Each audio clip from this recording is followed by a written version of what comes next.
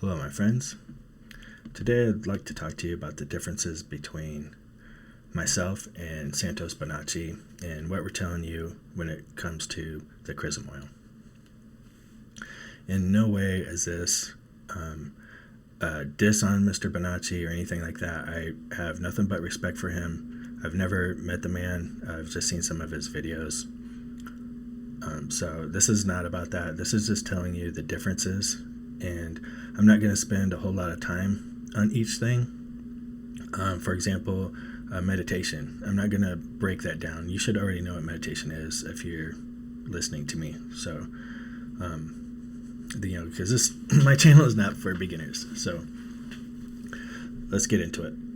So the first thing I got on the list here is God, Man, the Word made flesh. So we both promote this book. We both have it on our websites. I didn't read this book until 3 years after my experience. I have a question mark there because I don't know for sure, but I assume by the way he presents himself and the information that Mr. Bonacci read this book before he started having his experiences. There's nothing wrong with that. I'm just trying to explain how we both came to the same information and that we're both promoting this book. It's from the 1920s, and it's the only thing that I found that gave me clear enough information about how this worked in the body. Most of the stuff is just talking about all the other aspects of enlightenment. There's not a whole lot that talks about this physical process.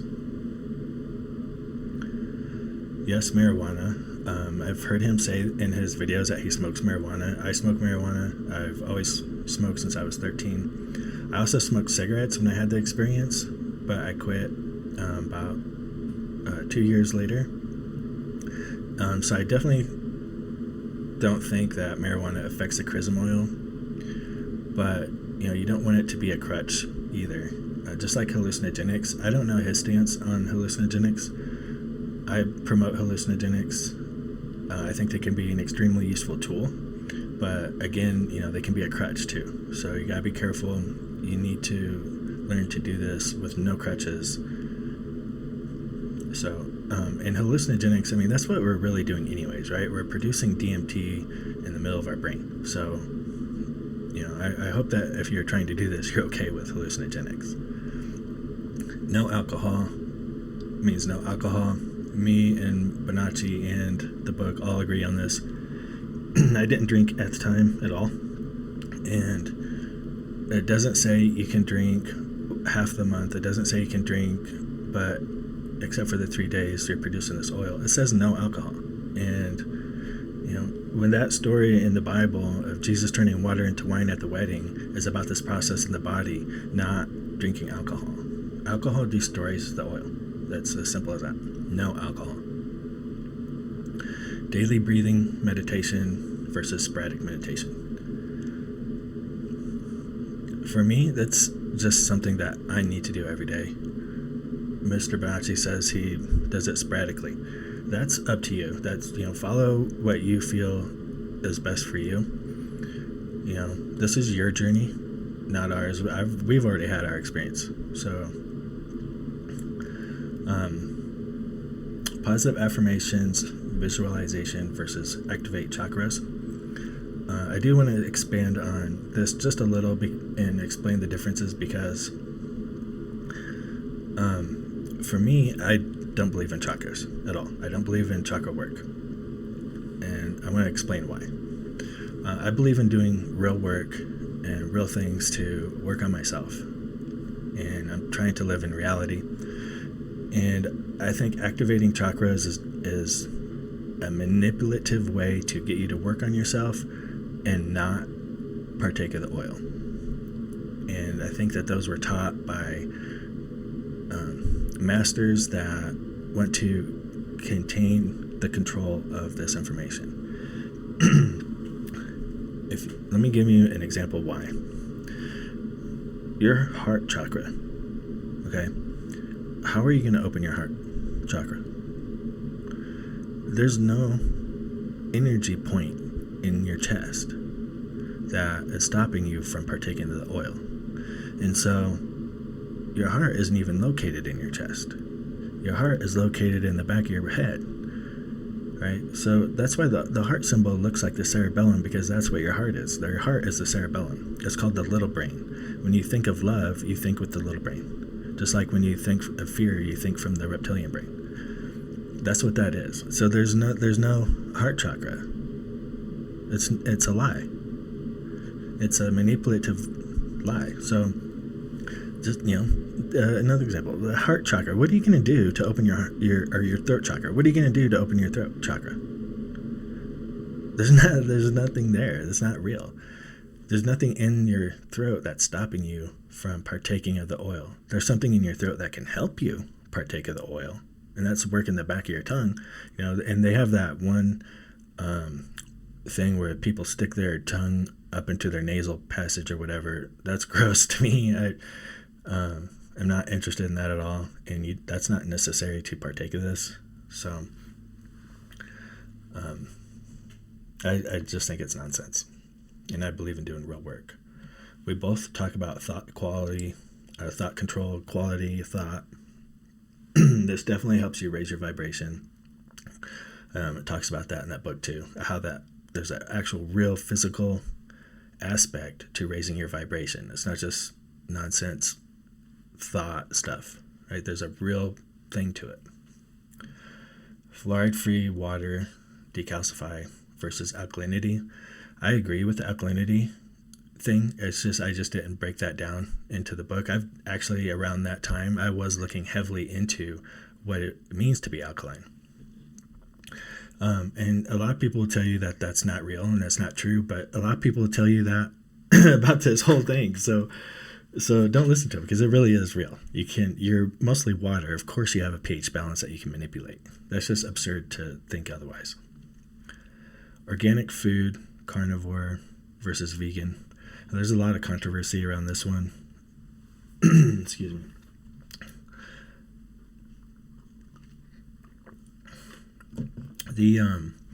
I'm interested in giving you the truth of what I was experiencing and going through when I had the experience. That doesn't mean that I don't agree with the vegan concept and for Santos's reasoning.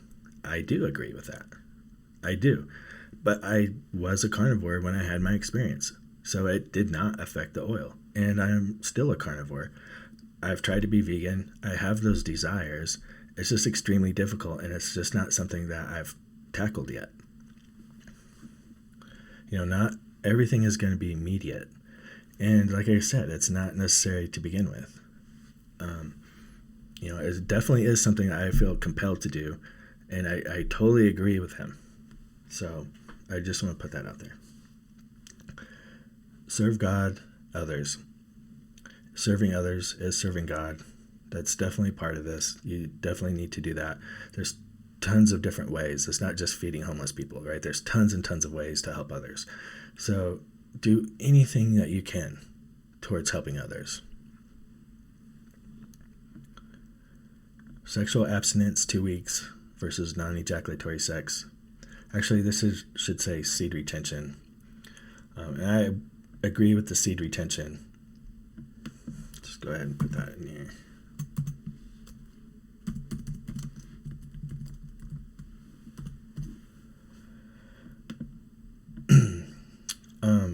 So again, I agree with the seed retention. But I'm interested in giving you the truth of what I was going through so that you have the most information for your success. And the truth is that I was not practicing seed retention at that time. I was newly married. We were having lots of sex, but we had started fighting, and she was withholding. And for whatever reason, I just didn't feel compelled to take care of it myself.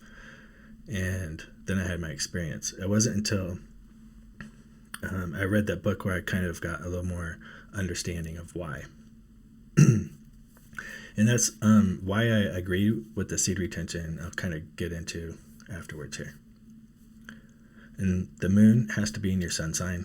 I didn't agree with that at first. I thought astrology was complete nonsense. I don't know anything about astrology. I'm not Mr. Astrology. And I wasn't even going to tell anybody about this part at all because I thought it was such nonsense.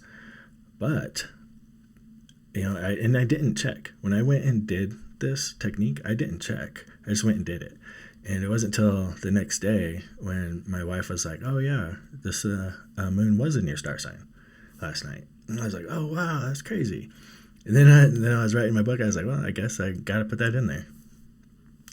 And that God-Man book, it talks about it a little bit, but it doesn't tell you exactly why. And there's tons and tons of mystery around the moon. So, I don't understand exactly how that causes this oil to be made, but that's something that we're going to have to discover. You have to do the work every day. This is not the easy path in the valley of death. This is the hard path up the mountain of enlightenment. And we both agree on that. That's kind of like what I was saying about this other stuff. It's not just something that you can do part-time. This is a way of life. And people will tell you, well, you're fine the way you are. Well, if that's true, then why are you trying to do this in the first place? So you have to work towards this every single day. It's not just a couple days a week of the month. It's not just half of the month. It's every day. And the two biggest differences are coming up here. The brain-body technique versus have sex but retain fluids, right? The non-ejaculatory sex. So my way, I'm trying to help you learn how to use the entire body to get this fluid moving. So you need to understand what's happening. Is that people mistakenly think that they're just activating the pineal gland. What we're doing is we're squeezing fluid from the pituitary and the pineal gland, and we're squeezing those fluids out, and we have to help them pump through the body. And they're gonna go into the cerebellum, and they're gonna cross, and they're gonna go down your spine, and they're gonna mix with some more fluids in your sacral plexus from those glands, and then it's gonna go back up, and it's gonna go into the thalamus. That's what's going on. So all these other people are just telling you about the sex part, the lower fluids, and they're getting you to squeeze your butt or to have sex but retain the fluids, using that as a pump to pump these fluids up. And, or they'll get you to do a deep breathing exercise to use the diaphragm to help push those lower fluids up. But you need the fluids from the pituitary and pineal gland also. And you can tell the difference in the experience. My experience, I entered heaven and met the light face to face. And that's not the experience that other people are having when they're just using the fluids from the lower extremity. So, Santos would tell you that, this is, how to connect to your partner. Well, I wasn't trying to connect to my partner. I was trying to connect to God. So, what if you don't have a partner? And this is a spiritual thing for me. This isn't about sex. And when I'm having sex and trying to retain the fluids, my mind is still on sex. So, I'd rather do the full body technique so my mind's on God. And you're using the glands from your brain, so you're getting the full effect instead of just half of the effect. Right? This isn't just about feeling good or a little bit of DMT. This is about an explosive experience where you enter the void and get an opportunity to meet the Creator.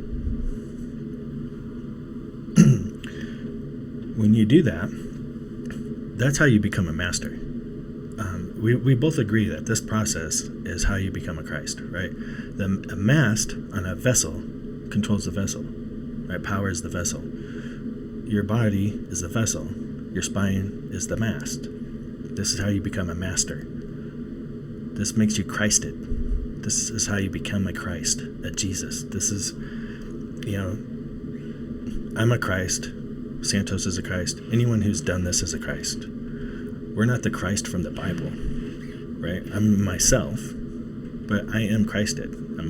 activated my higher consciousness, my Christ consciousness. This is how you become more conscious. And we both agree that everything in history is about this. Everything I've ever looked into always comes back to this, always. In every single culture, as far back as, I don't even know if I can say it, Göbekli Tepe. I don't think that's how you say it, but as far back in history as they can go, you can see this in the symbology. There's no Anunnaki, aliens. It's all about this. If you look into it and look into the symbology, you'll start to discover that. People are always trying to get you to look outside of yourself. There's no demons outside of you. There's no aliens outside of you. They're aspects of you. It's inside of you. These are things that I just want to touch on real quick. Some people tell me that they start to have this experience and they panic, and then they tighten up. They can't let the experience happen. Excuse me. You need to just relax. Don't panic. Just let it happen. And remember, it's all in your head. Ingesting and ejecting death and how that affects our society. So that brings me to being the carnivore and ejaculation. So one thing I want to say is that I think it was Sadhguru who said something about, eating is a fundamental basis of our society, and if that starts with death, then our society is going to be around death. You can't teach peace and love with death. It doesn't work. It's like trying to teach a dog how to be nice by beating it. It just doesn't work. You cannot teach peace and love through violence. And if death is the very first basic fundamental thing in our society, then that's what we're going to be about. We can't bring back value to life. So, we can't instill value of life in a death society. And I agree with that. And we're ingesting death. It's a dead animal. And when you kill it, it changes the molecular structure of the meat, and you're ingesting it, and it's all kinds of nasty stuff with it. And, that's why I want to be vegan. I agree with that. And you want to ingest life. It's just very, very hard, right? And I think it's just something that I haven't been able to tackle yet. It might be one of the hardest things, and maybe that's going to be one of the last things. So I don't know. In ejecting death, when you ejaculate, you are spewing your life essence. Right? This process is the fountain of youth. Seed retention. Women have this naturally going on with them. That's why they naturally live longer. We have to work at it. And when we share our seed to create life, that's one thing.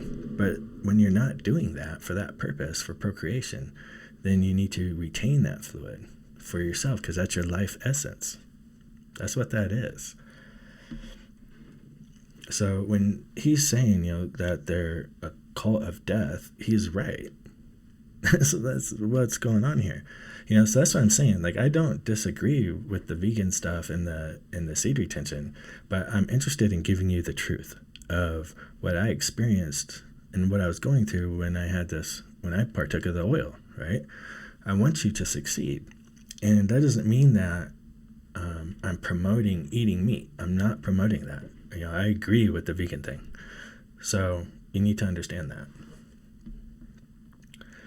Reincarnation cycle versus the value of life. So again, I'm trying to promote the value of life and bring that back to our society. And I believe that reincarnation is false hope. It's getting you, well, it's okay if you don't succeed because you get another shot, right? And that's not real. That's not real. You're never, ever, ever, ever, ever, never gonna get a comeback and be the person who you are right now. No matter what. Even if you have a memory of something else, you're just gonna be a memory. You're not gonna exist. You're not that memory. You're who you are now. So that's not real. You're never gonna get a second chance. And you don't go to heaven when you die. You have to be alive to do this. When you die, you're just dead. And people can't handle that. And they can't handle that they're not doing anything now. And, I'm sorry, but that's the truth.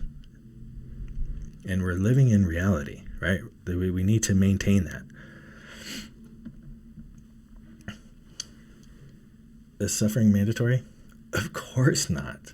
Absolutely not. And that's one reason why I'm trying to share this information as much as possible so that people don't have to suffer and struggle and try to find their way through all this crazy nonsense that's out there. And people are looking for answers, and they're being lied to everywhere, and they deserve to know the truth. But there's lots of people in the world that are having good lives that can still do this, right? There's lots of people in the world that don't suffer that can still do this. There's nothing that says, oh, you have to suffer or the oil isn't going to occur in your body. That's just nonsense. You don't have to suffer. People who tell you you have to go through the dark night of the soul and all this nonsense, they don't know what they're talking about at all. It's just ridiculous. Money. Do you want to live in a cave? Monks are enlightened and they live in caves or monasteries and stuff. You can live that way. When you live in a monastery, they're just not living penniless. Those people come and visit and donate their entire life savings. Same with churches and temples. So those people aren't just living for free. And, they're not just flying around the world teaching people for free. They have to pay for airfare and hotels and everything too. So no one's living for free unless they're living in a cave or out in the woods or something. And I had a really hard time with this myself. There's lots of negative things around money. I believe money is a low vibration activity, participating in money. So it's very hard for me to work on that. But there's an old Zen saying, something like, before enlightenment, chop wood, carry water. After enlightenment, chop wood, carry water. You still have to live. And excuse me. I think it's the Kabbalion Three Initiates by Three Initiates talks about this also, where an uninitiated, uneducated person that goes through this is going to have a really hard time dealing with life and continuing to pay their taxes and work and stuff. And you still have to maintain yourself. And if you say you want to manifest a house and they tell you, okay, you don't worry about the how, you just worry about manifesting the house. But you still have to move forward towards your manifestation and making it so, right? Because it's material. We're working in the material world, so you need to physically manipulate the material world to make your manifestation come true. And so when doors of opportunity open for you to create financial wealth in order to purchase the home, then you need to walk through those doors, right? And generate that income to make your purchase. So you can use money for good and have good intentions towards it, right? Or, I don't worry about money. I worry about keeping my thoughts focused on God and doing the right things for God. And I believe that the money will show up when it's needed. And by offering all this information for free, I am doing service to God. And then by offering paid services for like private tutoring on this information and the technique and stuff, I'm also offering service to other people, and I'm still serving God and I'm serving others, and I'm using that. I was compelled to do that. I didn't set out to do that. So that is a way for the world, or for what my desires are, to help manifest in my life. So it's definitely something that you need to work on. And part of the reason why I was so against it and so against teachers who took money is because they weren't giving you the truth of the true way to ascend. And if they're not giving you the truth and they're not truly going to help you ascend, then why are you paying them? That's how I see it. So rejuvenating not regenerating. So this is a rejuvenating oil. Rejuvenate your body. But if you're missing an arm, it's not going to regenerate your arm. Okay? That's not what's happening here. But it is rejuvenating. This is the fountain of youth, like I said. So there is a rejuvenation aspect to it, and that's one of the things that you can't get by smoking DMT. You're not going to get the same side effects. You're not going to get the same effects at all.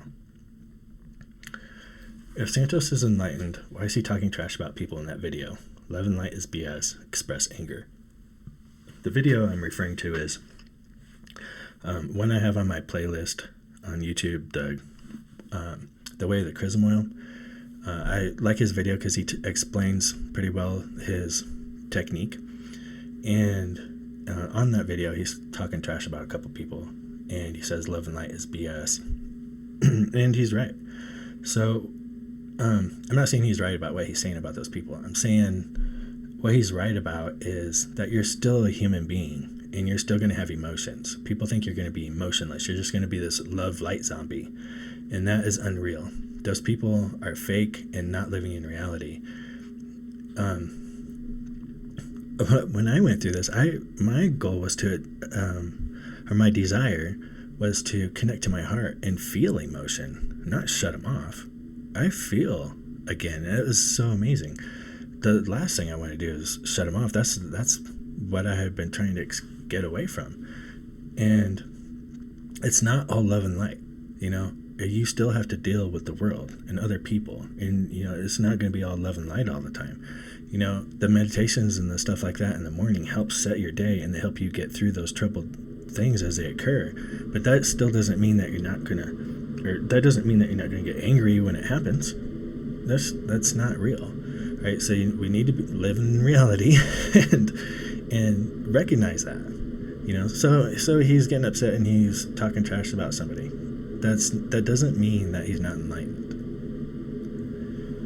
Me, Santos, John St. Jelene, and the Dalai Lama, don't put us up on a pedestal or compare yourself to us. We are a few imperfect humans trying to help billions of other imperfect humans to the best of our abilities. This is not about the messenger, it's about the message. So people always talk trash about us. People will always have haters. People have been talking trash about me my entire life. You know, when you start nitpicking on us and, you know, well, they did this and they did that, then it starts becoming about us. And it's not about us. It's about this process and about you. And, you know, people put us up on a pedestal, you know, don't do that to me because I don't want to fall. And, you know, they compare themselves to us. Yeah, you should never compare yourself to me. You know, I am the least of us. You know when you're walking around downtown and you see that really, really, really bad homeless person on the sidewalk, and he's so bad that you kind of want to cross the street to avoid him. You know, a lot of people think that that's the lowest man. But there's one man lower than that. It's a man on death row. And I've been that man. So you don't want to compare yourself to me. Because you're comparing yourself to the lowest. This is about you and your ascension. I've already had the experience. It doesn't matter what I do. And I think it's Alan Watts who kind of spoke to this, you know. Especially Westerners, they'll go over to India and they'll find a guru and they'll start following him. Excuse me. And you know, they'll find out he smokes or something, and they kind of freak out, and they, you know, they kind of get wary of him, and you know, then they find out he cusses or something. They're like, what, you know? And then they find out he has a girlfriend, and they lose it, and they're just like, oh my God, you know, what's going on with this guy? He's not a guru, and they don't understand that you're still a normal human afterwards. That you still have human desires and stuff. Like I said, I didn't quit smoking for 2 years after my experience. So it's not what you think. You don't just become this super being that floats around on clouds. That's not real. And, you know, like I was saying, this is about you, right? Becoming more conscious and a free sovereign human. And that means self-responsibility. You know, people always like something else to blame. there's demons in the world, and there's aliens are gonna come save us, or aliens made us. The whole Anunnaki thing is BS. It's all about you and this thing going on inside your body, and that means self-responsibility. You have to take responsibility for yourself, for your own situation, where you're at right now. This is your doing. So this is all about self-responsibility. No one's holding you down but you.